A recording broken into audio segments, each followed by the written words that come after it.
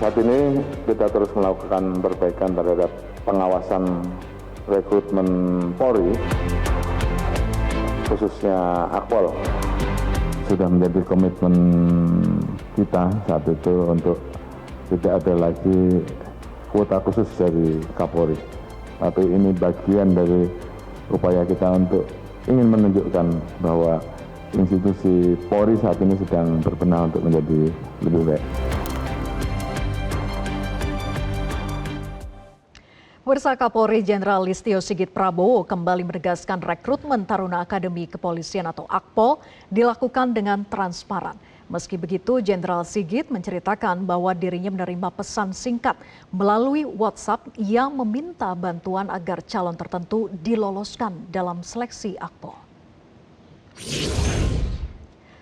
Hal itu disampaikan Jenderal di acara rapat koordinasi pengawasan Rakorwas Kompolnas tahun anggaran 2026 di kawasan Ancol, Jakarta Utara. Ia menekankan Polri berkomitmen untuk pembenahan internal, salah satunya terkait dengan rekrutmen Taruna Akpol. Jenderal Sigit mengaku lebih baik dimarahi pihak yang hendak menitip lulusan Akpol daripada merusak sistem yang sedang dibangun Polri. Langkah ini diambil untuk membuktikan kepada publik bahwa institusi Polri serius dalam berbenah. Kapolri menegaskan bahwa era titip-menitip sudah berakhir. Ia memastikan tidak ada lagi kuota khusus dalam proses rekrutmen demi menjaga integritas reformasi Polri. Dan saat ini kita terus melakukan perbaikan terhadap pengawasan rekrutmen Polri, khususnya Akpol. Sudah menjadi komitmen kita saat itu untuk tidak ada lagi kuota khusus dari Kapolri. Tapi ini bagian dari upaya kita untuk ingin menunjukkan bahwa institusi Polri saat ini sedang berbenah untuk menjadi. Pemirsa, dalam upaya menjaring generasi muda yang kompeten dan berintegritas sebagai calon anggota Polri, Kepolisian Negara Republik Indonesia resmi membuka penerimaan anggota baru untuk tahun 2026. Proses rekrutmen ini mencakup jalur Akpol, Akademi Polisian, kemudian Bintara, Tamtama, dan SIPSS, Sekolah Inspektur Polisi Sumber Sarjana, yang semuanya menerapkan prinsip betah, yaitu bersih, transparan, akuntabel, dan humanis. Nah, dalam dialog kali ini kita akan membahas berbagai aspek penting dari proses seleksi ini dengan dua narasumber, yaitu Irjen Pol Dr. Anwar SIK MSI, Asisten Kapolri Bidang Sumber Daya Manusia, dan juga Muhammad Khairul Anam, Komisioner Kompolnas. Selamat malam Pak Anwar dan juga Mas Anam. Selamat malam, Mbak. Terima kasih sudah hadir di studio. Kita akan bahas lebih mendalam gitu ya terkait dengan proses rekrutmen dari anggota Polri. Nah, saya ke Pak Anwar dulu. Pak Anwar, apa saja sebetulnya langkah konkret yang diambil oleh Biro SDM ini untuk memastikan bahwa proses rekrutmen Taruna maupun juga Taruni Akpol 2026 ini berjalan sesuai dengan prinsip betah, Pak? Ya, terima kasih. Yang saya tujukan kepada yang ada di studio maupun di tanah air, bahwa tadi sudah disampaikan bahwa prinsip untuk seleksi Taruna-Taruni Akpol tahun 2026 ini tetap memegang teguh terhadap prinsip betah. Yang mana betah itu adalah bersih, dan bersih itu berarti tidak ada intervensi apapun, gitu ya. Kemudian transparan, bahwa setiap tes, tahapan tes, semuanya dilaksanakan secara transparan. Setelah tes, nilainya langsung terpampang. Masing-masing peserta juga sudah tahu hasilnya, rekannya juga tahu, siapapun juga tahu, termasuk panitia juga. Dan akuntabel di sini adalah semuanya bisa dipertanggungjawabkan. Dari sisi-sisi itu pun juga kita tetap melaksanakan pelayanan yang secara humanis. Nah, dalam hal ini kita juga secara konkretnya itu perlu saya ketengahkan bahwa kita juga memenuhi kaidah-kaidah yang berkaitan dengan penilaian yang sama. Kemudian kita diawasi secara berlapis, baik internal maupun eksternal. Dan semua bisa mengakses untuk informasi-informasi tersebut. Yang mana dalam akses tersebut kita juga punya aplikasi yang namanya Hotline Recruitment atau QR Code layanan Divpropam. Jadi ini untuk melayani pengaduan-pengaduan di seleksi dan ada beberapa pengaduan-pengaduan yang kita tindak lanjuti dan memang pengaduan itu berkaitan dengan masalah seleksi dan ada juga pengaduan-pengaduan yang barangkali tidak sesuai. Sudah banyak yang masuk pengaduannya, Pak? Ada beberapa, memang ada yang masuk. Contoh ya di NTB ini kan ada calon siswa yang melakukan pelecehan, terus kemudian dilaporkan oleh masyarakat melalui headroom, melalui hotline gitu. Setelah itu kita tangani, ternyata benar, sehingga kita coret. Jadi konsekuensinya adalah di blacklist begitu ya Pak ya? Ya, dia harus mempertanggungjawabkan tindakannya. Di Sumsel juga ada melakukan pidana pembunuhan. Ada laporan ke kami sehingga kita tindak lanjuti dan setelah benar ya kita tindak lanjuti secara pidana. Kira-kira ada berapa aduan yang sudah masuk Pak sejauh ini? Kalau aduan variatif ya, kalau aduan variatif yang mana aduan itu kebanyakan salah alamat. Tetapi kita tetap terima aduan itu biar nanti aduan itu tetap berjalan. Yang betul-betul itu memenuhi syarat kita tindak lanjuti. Ini sebagai bentuk respon kita terhadap pelayanan masyarakat. Secara prinsip tadi sudah dikemukakan bahwa sangat mengutamakan prinsip betah begitu ya, bahwa bersih, transparan, akuntabel, humanis. Tapi dari sisi pengawasannya nih, saya ke Mas Anam. Mas Anam, seberapa besar sebetulnya peran Kompolnas sendiri, Mas Anam, dalam proses mengawasi dan juga memberikan masukan terhadap proses rekrutmen calon anggota kepolisian ini? Ada beberapa layer ya. Layer pertama memang soal perencanaan. Kami nanya bagaimana mekanisme ini akan dibangun. Ya, salah satunya dijawab dengan mekanisme betah. Yang kedua, bagaimana nanti pelaksanaan? Kami cek langsung ke lapangan. Jadi pada proses bagaimana seleksi itu berlangsung, kami datang ke lapangan. Saya kebetulan kemarin datang ke Jawa Timur. Ini nanti berencana untuk datang ke tahap akhir di Semarang. Nah, berikutnya, ya tahapan kemarin sudah kami lakukan juga ngecek apakah ada pengaduan dari masyarakat ataukah tidak. Kalau ada, bagaimana? Nah, itu pengawasan. Termasuk kami juga ngecek, ini rekan-rekan kepolisian ini katanya ngajak pihak eksternal. Eksternal itu dalam dua konteks. Orang yang memang ngawasi, ada beberapa teman-teman yang backgroundnya media juga dilibatkan. Ada teman-teman yang memang basisnya adalah profesional. Ya, ngecek psikologi sama teman-teman jaringan psikologi. Ngecek fisik, ya teman-teman yang memang profesional dari beberapa universitas yang memang sekolah-sekolah olahraga. Nah itu kami cek, bener enggak, dan sebagainya. Ternyata itu memang benar semua. Nah yang paling penting begini, ini yang tadi diceritakan oleh Pak Anwar soal prinsip betah. Prinsip betah itu yang paling menurut saya ya, karena saya punya tradisi, ya saya itu dari masyarakat sipil, dan terakhir saya komisioner Komnas HAM, punya tradisi hak asasi manusia. Itu dikasih kesempatan untuk komplain di saat itu, satu. Yang kedua, dikasih kesempatan untuk langsung berdebat, ngecek barang bukti yang ada. Misalnya nih, ada orang lari atau ada orang pull up. Pull up itu ada disediakan video. Sehingga orang yang menghitung, dirinya sendiri yang pull up, maupun orang yang lain yang pull up, ketika hitungannya itu berbeda, kita bisa cek video. Itu menurut saya dasarnya. Dan nilai itu harus disepakati. Jadi kalau saya pull up 9, misalnya ya, kan pasti nggak lulus itu kalau 9. 9 gitu, ditulis nih sama panitia 9, itu harus tanda tangan itu pesertanya dan dilihat juga sama kompetitornya peserta yang lain. Jadi transparansi itu memang juga menjadi dasar dari prinsip betah, itu memang sudah diimplementasikan begitu ya? Iya, jadi transparan itu apa bentuknya? Bentuk yang paling konkret yaitu para kompetitor, peserta yang lain bisa terlibat untuk mengawasi. Dan itu menurut saya sangat mendasar logik berpikir kayak begitu. Nah kalau sampai terakhir misalnya, ini serius nggak sih rekan-rekan polisi ini kalau ada pengaduan? Serius. Kemarin kami rapat sama teman-teman ASDM untuk ngecek ini ada nggak tindak lanjut dari pengaduan. Pengaduan, ternyata ada. Ya, sekian jumlahnya. Kita cek ini follow up-nya bagaimana. Kami cek juga ke teman-teman propam, ini follow up-nya bagaimana. Oh ini memang di follow up-i. Oh ternyata masalahnya gini, ini nggak mengganggu dan sebagainya. Oh ini memang ada yang nakal, makanya didiskualifikasi, clear itu. Dan secara konsekuensinya pun juga fair gitu ya? Fair. Bahwa di blacklist? Di blacklist, nggak hanya di blacklist, kalau dia melakukan tindak pidana, bablas itu ke pidana.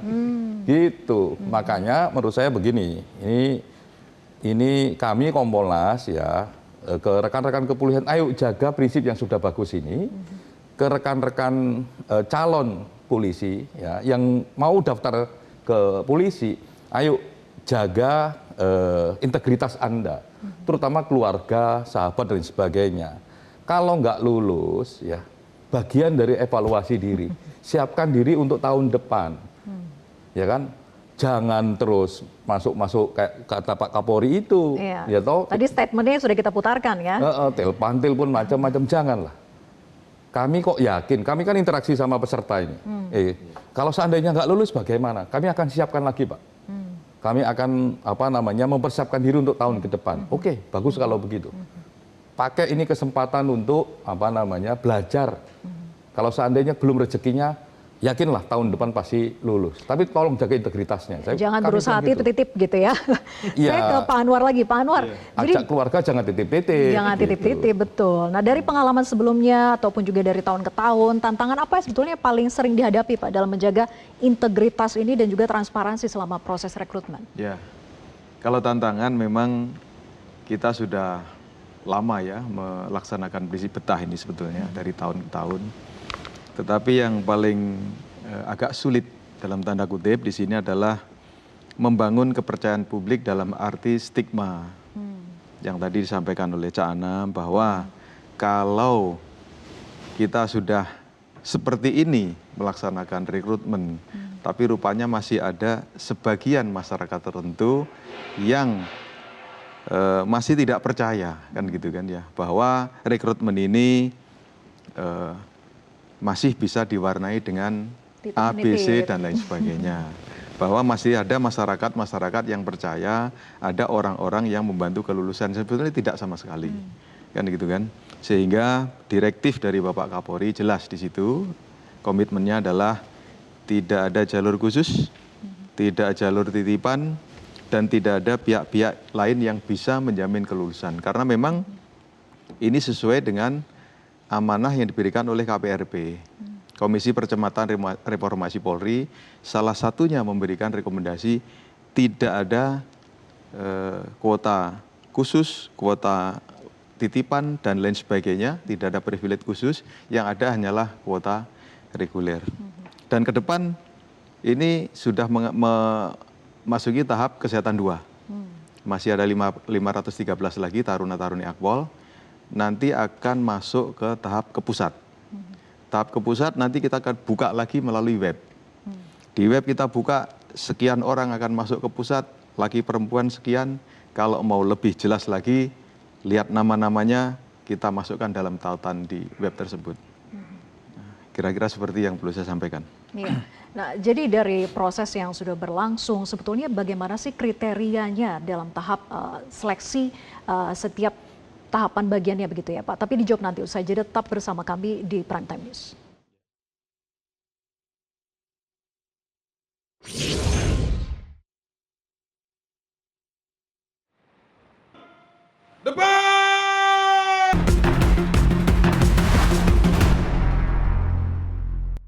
Didukung oleh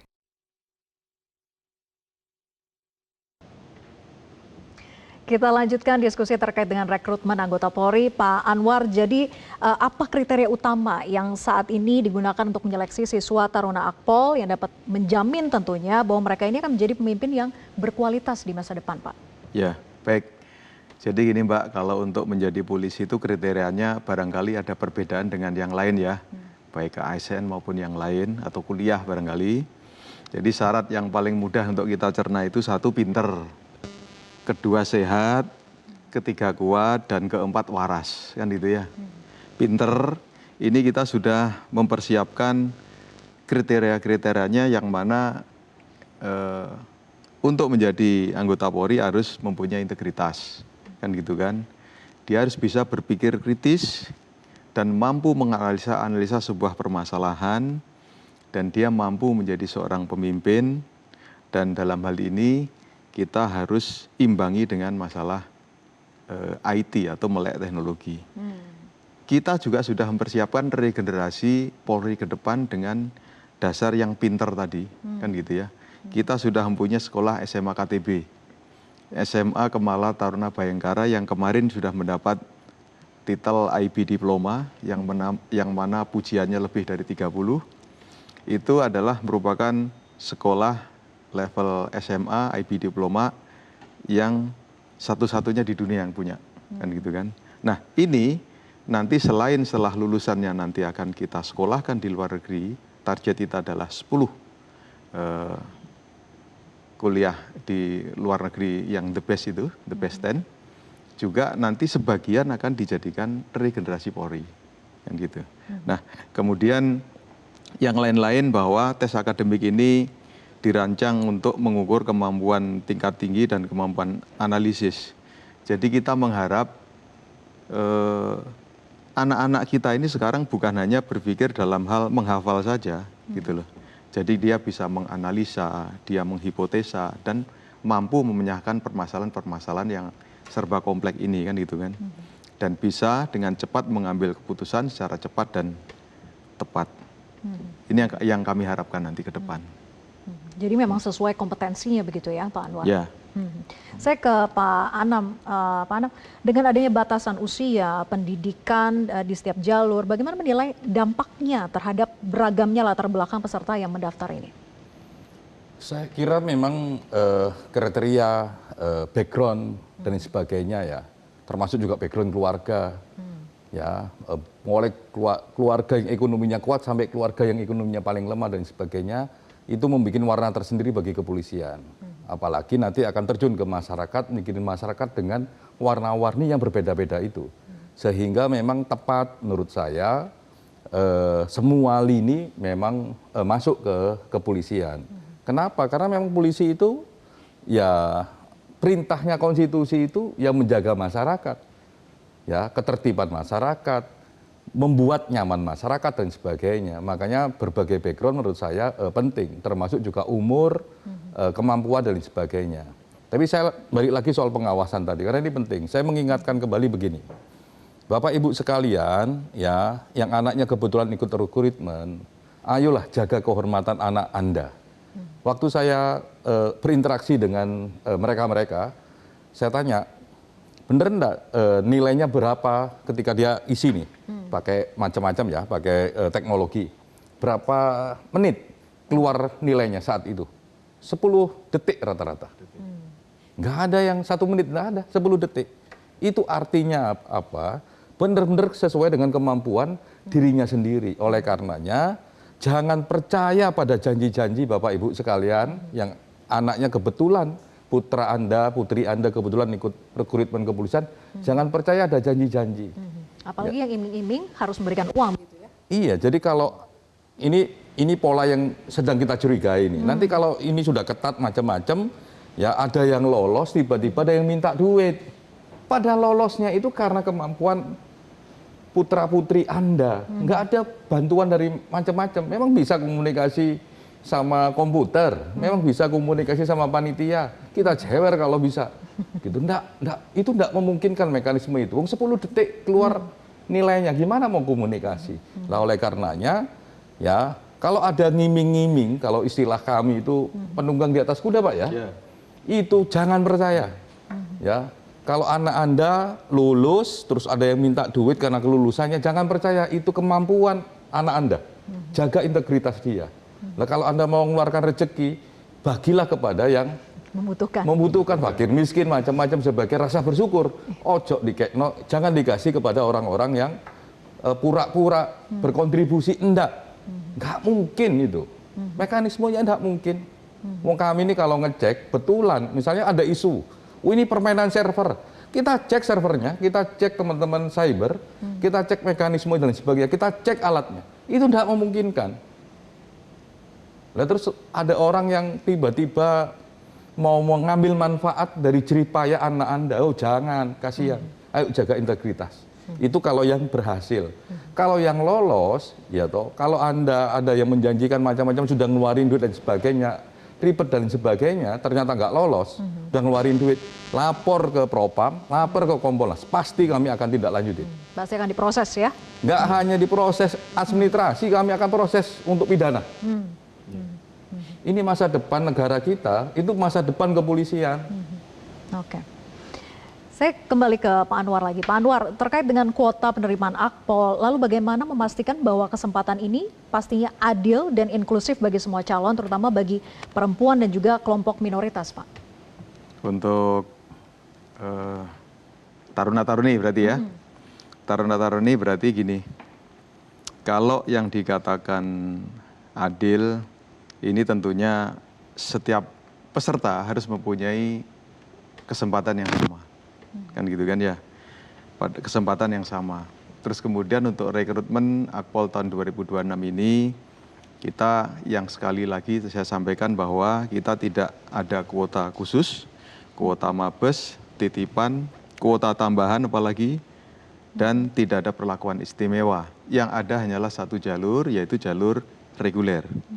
Siapa yang mampu, maka dia akan terpilih, kan gitu kan. Nah, inklusif di sini kita perlu ada berbagai pertimbangan ya.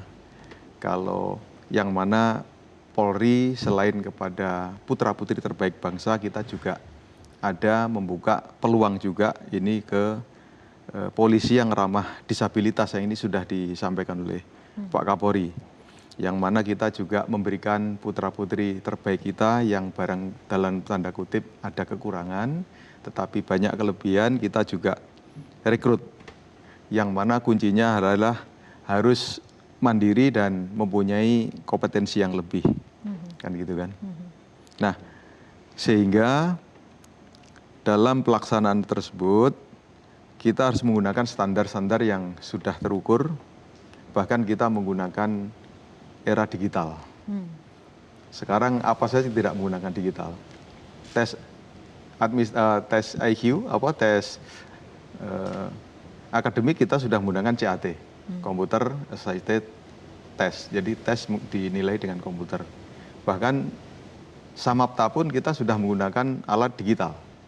Jadi yang disampaikan Pak Cak Anam tadi betul, bahwa mereka sudah dihitung dengan mesin, apabila ada komplain kita bisa cek ulang.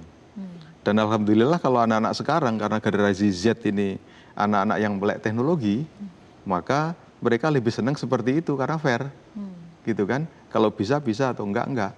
Bahkan sebelum tes kita juga uji coba, silahkan mencoba, silahkan caranya seperti ini, mendapat nilai 100 seperti ini, dan sebagainya.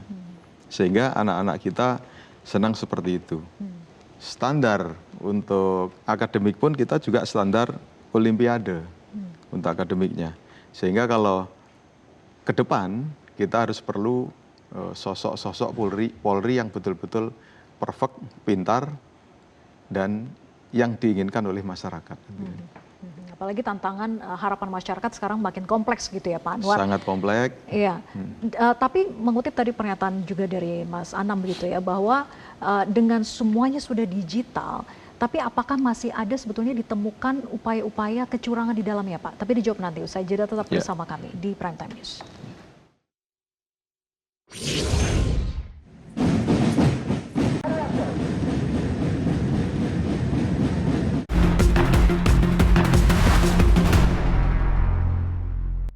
Didukung oleh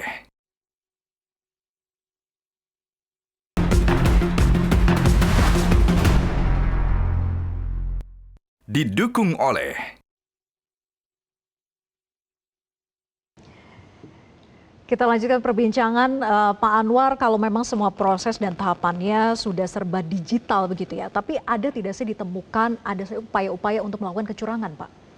Ya, kalau kecurangan ya pasti ada. Kalau kita menggunakan digital berarti kecurangannya kecurangan digital kan itu kan. Ini kejadian tahun lalu ya di Maluku Utara sana. Ada salah satu peserta itu membawa flash disk, kemudian disimpan di sleting ya gitu ya. Saya bilang sleting aja di situ. Jadi lepas daripada pemeriksaan, sehingga pada saat dia tes itu langsung dicolok di laptopnya tersebut atau di komputer tersebut. Sehingga karena kita sudah bekerja sama internal maupun eksternal dan sebagainya, pada saat dicolokkan berarti kan itu ketahuan itu kok ada alat lain yang terdetek, terdetek. memang diikuti terus sama panitia, dibiarkan, begitu 15 menit menjelang selesai baru dipegang. Dan ini sebetulnya bisa berkomunikasi antar pulau, bahkan menyebar sampai ke Kalimantan. Jadi jaringan, bukan karena hanya satu peserta saja. Iya, karena satu peserta itu latihannya bareng-bareng di tempat tertentu kan itu kan. Sehingga setelah itu kita diskualifikasi untuk pesertanya, dan kemudian untuk tindak lanjutnya kita proses, baik secara pidana maupun yang lain sebagainya. Kita turunkan semuanya, Irwasum, Propam, Kompolnas semuanya kita turunkan. Nah, itu nanti di situ kita lanjutkan dengan proses pidana. Ya, cerita ini tentu juga menjadi warning gitu ya, bahwa ada upaya-upaya kecurangan pun bisa diketahui oleh sistem. Jadi justru digital ini membantu transparansinya. Nah, Mas Anam, bagaimana kemudian langkah-langkah konkret yang bisa diambil untuk meningkatkan partisipasi masyarakat juga dalam pemantauan, pengawasan, proses rekrutmen Polri ini? Yang paling mendasar adalah yang punya kepentingan langsung mendapatkan informasi. Nah, sistem beta itu dalam prakteknya yang kita turun ke bawah, ya siapapun bisa langsung akses. Hasilnya berapa, mekanismenya kayak apa. Sehingga ya masing-masing mengkontrol. Ya, kompetitor juga mengkontrol. Saya sama Pak Anwar ini calon, ya. Ya saya juga ngelirik, ini hasilnya Pak Anwar ini berapa gitu. Kok tiba-tiba Pak Anwar harusnya nggak lolos terus lolos, oh saya kan protes. Lah, media protes juga disediakan. Jadi itu partisipasi yang menurut saya sangat mendasar. Terus bagaimana dengan publik? Publik diumumin, mekanismenya ini, penilaiannya begini. Ada nggak? Ini loh yang dinilai itu ini. Kalau Anda dapat segini, angkanya segini. Dapat segini, angkanya segini. Perekrutan model kayak begini jarang di tempat lain. Nah itu juga ngajak partisipasi publik untuk lihat langsung nilainya. Bisa saling memantau begitu ya? Iya. Dan kami ingatkan, ini penting sebenarnya, cuman kami mengingatkan begini. Ada nih beberapa waktu ini, kasus-kasus sebelum-sebelumnya 2-3 tahun lalu tiba-tiba viral lagi, misalnya begitu. Baik untuk mewarning kami semua, ya termasuk kami yang pengawasan, teman-teman kepolisian untuk lebih ketat, lebih hati-hati dan sebagainya, ya, dan itu bagian dari partisipasi publik. Tapi, ya toh, ketika kita jelaskan ini sudah dilaksanakan, bahkan sudah dihukum dan sebagainya, ini kasus 3 tahun, 4 tahun lalu kok naik lagi, kok ini nuansanya menjadi nuansa yang tidak membangun mekanisme transparansi, tapi membangun sesuatu yang bukan bersifat pengawasan gitu. Ada kepentingan-kepentingan yang lain. Oleh karenanya pada masyarakat luas, saya kira penting juga untuk memperhatikan kayak begini. Kalau kasusnya sudah 5 tahun lalu diangkat kembali, ini ada apa? Misalnya begitu loh. Sehingga kita cerdas untuk melihat fenomenanya. Dan ayo kita lebih fokus kepada yang sudah dibangun saat ini. Sehingga ketika ada kebocoran, ya, ketika ada tindakan kecurangan dan sebagainya, langsung bisa kita ambil tindakan. Dan minimal nggak merugikan yang peserta yang lagi daftar ke kepolisian ini. Ya, saling menjaga integritas dan juga saling mengawasi begitu ya. Iya, saling mengawasi. Oh, mekanisme yang dibangun itu pengawasi sampai level paling mendasar gitu. Oh, antar sesama peserta bisa mengawasi gitu loh. Dan penilaiannya juga dibuka. Kalau misalnya ini pull up, ya paling tinggi nilainya 100. Pull up-nya 17 misalnya. Lah itu di 17 kali nilainya 100, 15 kali nilainya misalnya 90. Baik. Itu dibuka nih penilaian itu, sehingga semua orang itu bisa, nggak hanya untuk dirinya sendiri, untuk ngecek kompetitornya juga ditulis sendiri. Itu kan keras sekali. Dan mereka juga kalau ada yang bleset-bleset begitu, komplit. Itu transparansi memang diharapkan begitu ya, dan sudah diimplementasikan. Konkret transparansinya. Baik, saya ke Pak Anwar lagi. Pak Anwar, jadi apa harapan untuk hasil rekrutmen anggota Polri tahun 2026 ini dalam meningkatkan rasa percaya publik, Pak, dalam proses rekrutmen yang sudah berjalan? Ya tentunya harapan itu tidak usah muluk-muluk, tapi juga kita minta kepastian yang ini ya, yang pasti ya. Yaitu menghasilkan anggota Polri yang profesional, berintegritas, adaptif terhadap perkembangan zaman, dan nantinya bisa dicintai oleh masyarakat. Karena bagaimanapun stakeholder kita adalah masyarakat, dan kita harus selalu mempunyai Polri yang jiwa penolong dan bisa menyelesaikan permasalahan-permasalahan yang ada di masyarakat. Namun tidak kalah penting bahwa meningkatkan kepercayaan publik itu adalah proses yang tidak mudah, sehingga dimulai dari rekrutmen inilah kita mulai bibit-bibit anak-anak putra-putri Polri yang terbaik, kan gitu kan ya. Dan kami ulangi lagi bahwa khusus di Akpol, tes Akpol Taruna-Taruni tahun 2026 ini hanya ada satu jalur, yaitu jalur reguler, tidak ada jalur yang lain. Jadi siapapun yang berkompetisi silahkan persiapkan, bagi yang mampu memenuhi kuota maka dialah yang akan terpilih.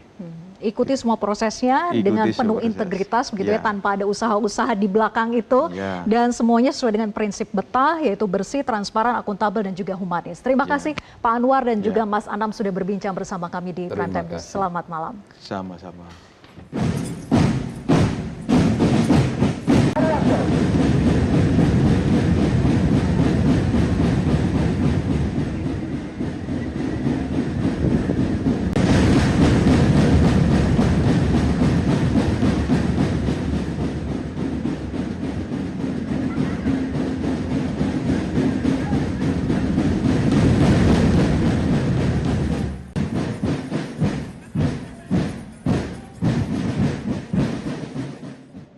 Jelajahi cara baru mendapatkan informasi. Download Metro TV Extend sekarang.